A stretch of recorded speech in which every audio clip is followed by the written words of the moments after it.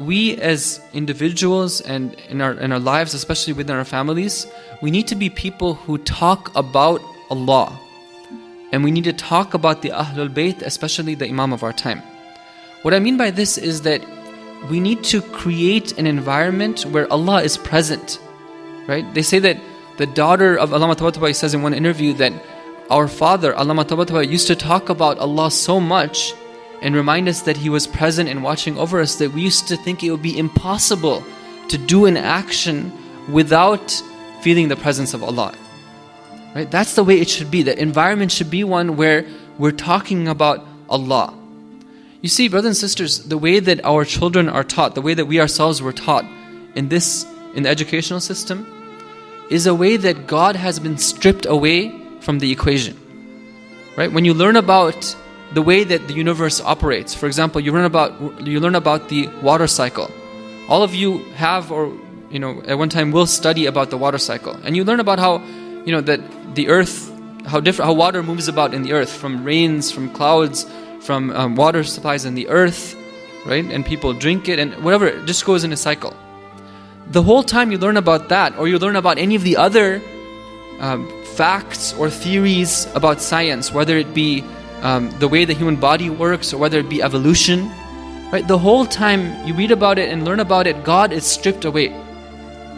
But if you look at the language of the Quran talks about some of these same scientific phenomena, but it does so with a different language.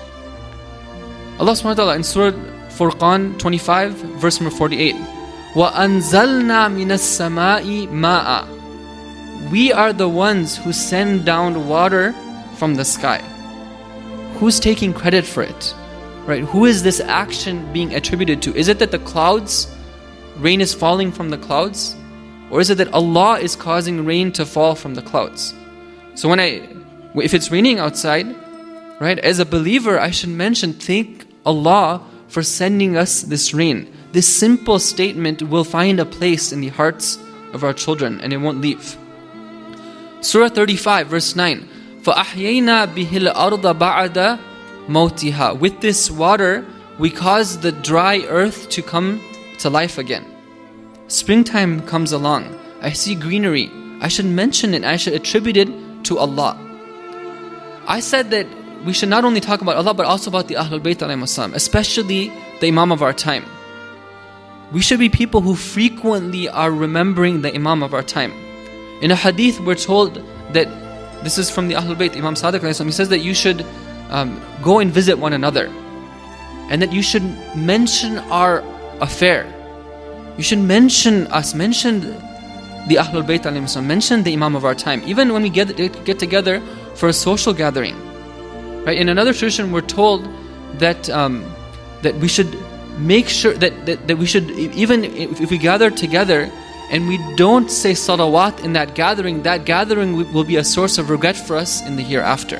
Please say Salawaat on Muhammad.